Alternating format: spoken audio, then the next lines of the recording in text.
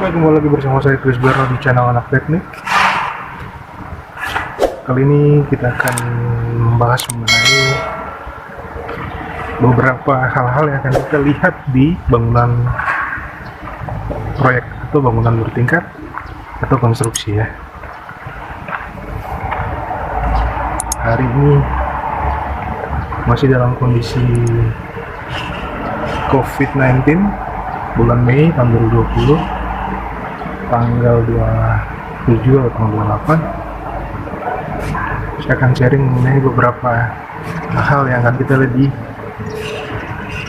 proyek yang mungkin belum banyak yang share mengenai hal-hal ini ya. Oke, beberapa hal yaitu misalkan di proyek kita akan sering melihat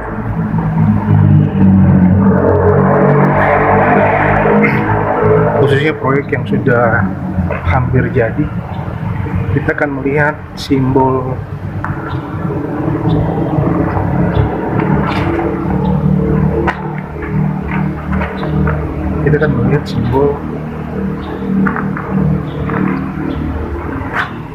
warna segitiga terbalik ya.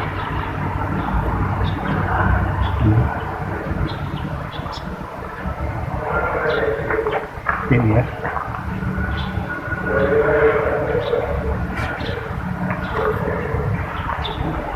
simbol ini adalah simbol atau water pass tanda 1 meter dari keramik. Nah, jadi tanda segitiga ini dipakai untuk memandu kita ketinggian 1 meter dari keramik ya. Oke, kemudian untuk struktur di sini kita bisa saya ringkas, ada namanya kolom struktur dan juga ada namanya kolom praktis, dan juga ada balok utama dan balok induk. Yang namakan balok struktur adalah ini ya. Nah, di sini di bangunan di proyek ini gedung VIP di samping kantor wali kota Sorong. Di sini adalah konstruksi lantai mezanin. Lantai mezanin di sini untuk konstruksi ini menggunakan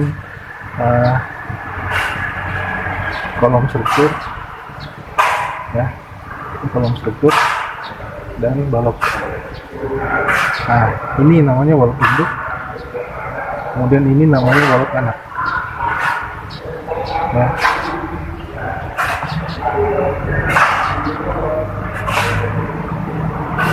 Jadi misalkan kita bingung mengenai balok induk dan balok anak, kita lihat saja. Saya kasih contoh ya. Jadi saat ini saya berdiri di antara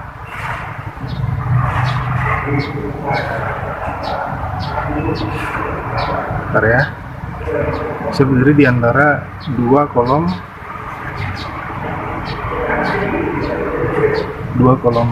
struktur ya.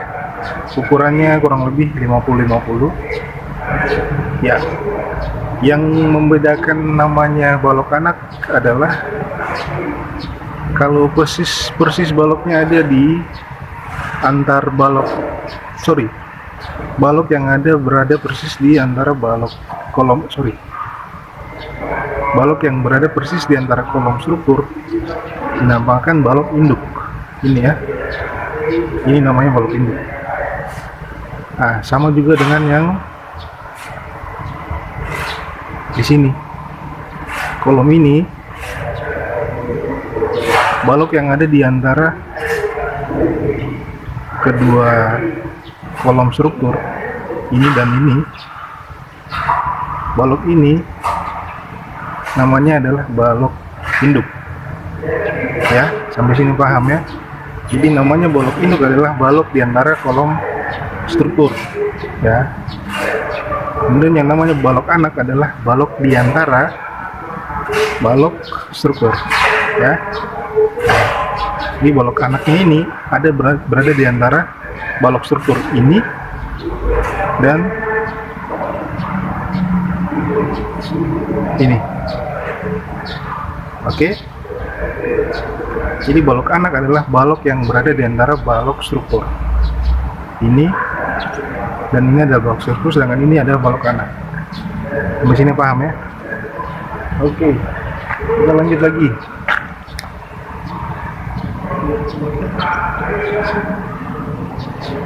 Ini adalah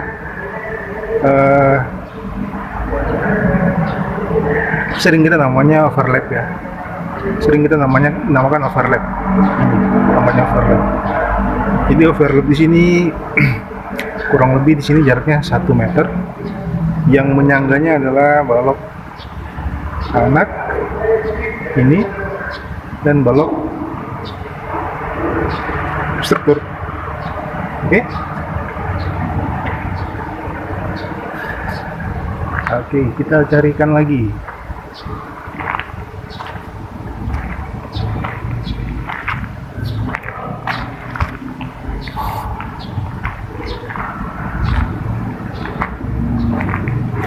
Bangunan di sini dia menggunakan kolom komposit. Yang dinamakan kolom komposit adalah kolom yang dimix beton dan baja.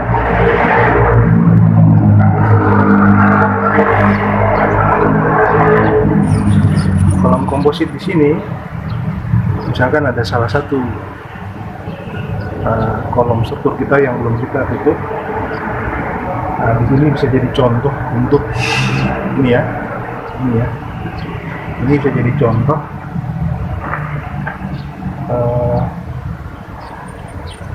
analogi mengenai kolom komposit. Kolom komposit nanti setelah bangunan ini selesai, tidak ada supply material masuk ke dalam lagi. Kalau misalkan tidak ada supply material yang masuk ke dalam lagi, nah, kolom ini akan kita tutup dengan beton. Dan namakan kolom komposit itu adalah kolom yang kombinasi antara balok dan baja ya, istilahnya mix lah, dicampur ya. Ini akan ditutup dengan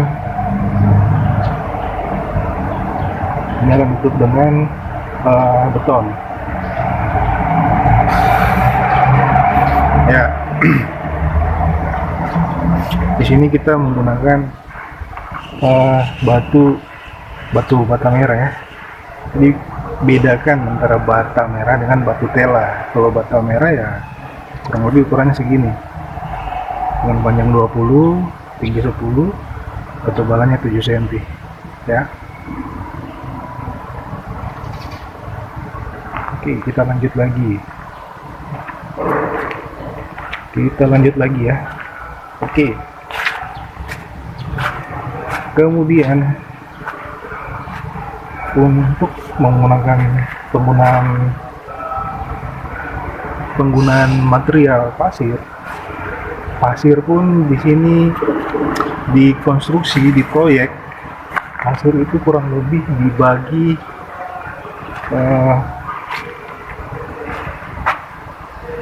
dibagi dalam 2 kategori ya. Ini namanya pasir pasang namanya. Pasir pasang.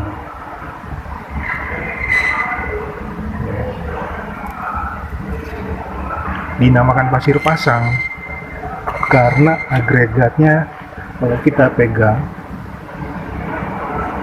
pegang dia kasar. Tujuannya menggunakan pasir pasang ini adalah untuk pasangan batu ini ya, pasangan batu yang di atas. Oke, untuk penggunaan pasangan batu pasir pasang di proyek juga biasanya kita menggunakan pasir plester. Oke, kita lihat pasir plester kayak gimana.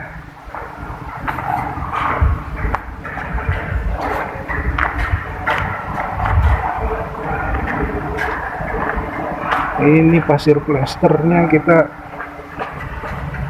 kalau pegang dia agak halus, dia lebih halus daripada pasir pasang tadi ya, dia lebih halus. Kemudian ini biasa dipakai untuk plesteran dinding ya, jadi dia lebih halus ya. Oke. Kemudian selain material ini kita gunakan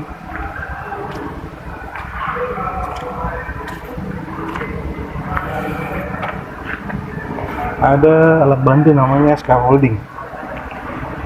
Jadi scaffolding di sini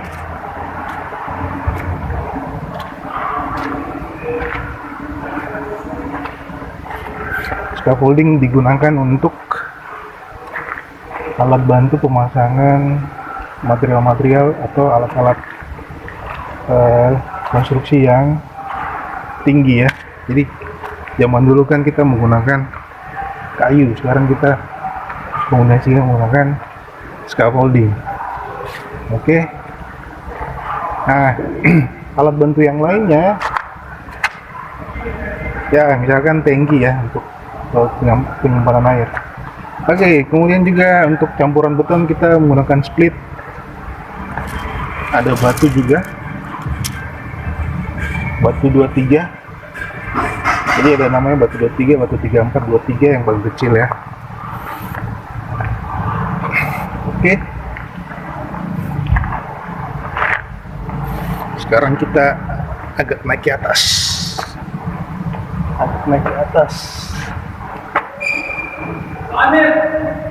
Dalam, Pak. Oke. Kemudian untuk baja atapnya tadi ada pam ya, Pentara. Nah, teman-teman partner kita untuk pengamanan proyek. Kemudian untuk konstruksi atap ya, kita lihat ke atas.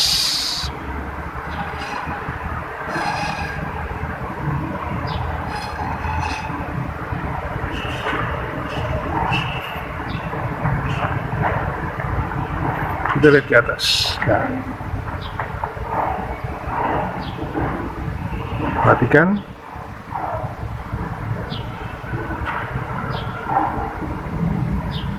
ini menggunakan baja WF. Variasi ukurannya, ada yang 50-30, kemudian ada yang ukuran kecil, saya kurang hafal ukurannya karena banyak ya, kita harus lihat daftarnya. Pada dasarnya untuk konstruksi baja atap limas sama seperti video saya yang sebelumnya, mengenai cara membuat atap limas dan kemudian rangka atap limas yang saya sudah upload sebelumnya. Konstruksinya sama, dia menggunakan ada namanya balok sokong. Oke. Kemudian di sini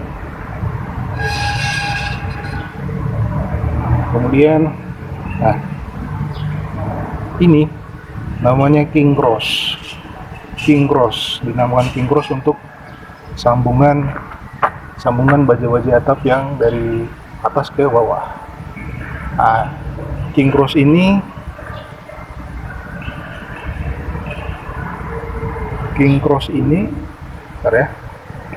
berguna untuk menyalurkan beban atap dari atas ke bawah. Nah, gunanya juga untuk efisien dari penggunaan material bajanya ya. Jadi lebih sedikit kita gunakan baja beratnya, baja WF-nya untuk konstruksi atapnya. Oke, sambil diperhatikan Jadi tingkat pertama dari rangka baja atap ini, rangka atap baja ini dia punya kurang lebih ada 1, 2, 3, ada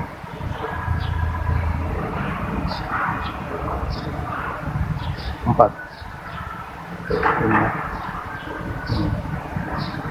Dia punya 4 king crossnya. Kemudian ada 4 lagi. Ini 1. Kemudian sini 2.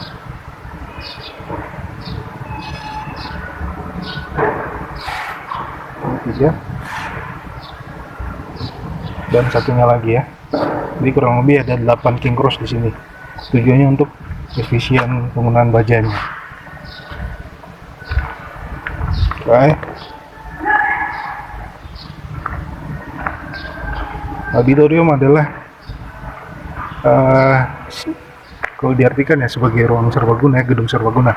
Bisa digunakan untuk acara-acara seminar, rapat, kemudian auditorium,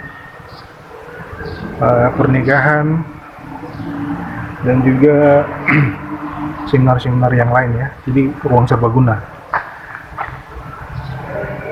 Oke, kita lihat lagi untuk rangka baja atapnya. Oke, urutannya ada baja beratnya, kemudian ada untuk rangka baja atap Limas ini dia ada 3 lapis ya. 1, kemudian di bawah rem, kemudian di atas rem tusuknya ada 3 lapis atap. Kemudian setelah 3 lapis rangka atapnya, kemudian ada namanya, kita menggunakan Seltek ya, yang warna silver. Kita menggunakan Seltek. Seltek digunakan untuk meredam panas, meredam suara, dan juga menghantarkan dingin ya. Kalau sudah meredam panas kan otomatis dingin. Lalu buat teman-teman yang mungkin belum paham apa namanya ikatan angin di sini ikatan anginnya saya kasih tunjuk ya. Ikatan angin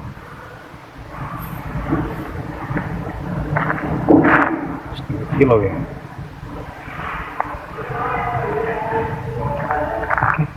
Ikatan angin ini ya. Ini.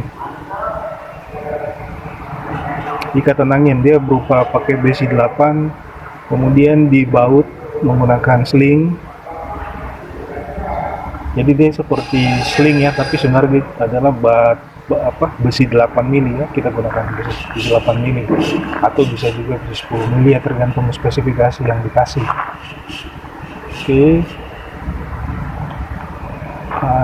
Ada lagi istilah mengenai stiffener. Stiffener itu dia berupa sirip-sirip ya. Jadi di baja itu dia punya sirip-sirip. Saya kasih tunjuk ya.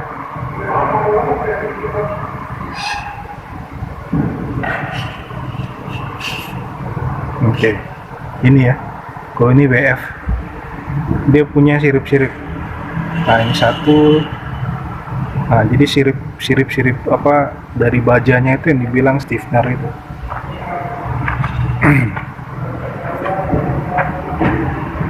Apalagi ya, kita tadi sudah mengenal simbol-simbol yang sering kita pakai di konstruksi.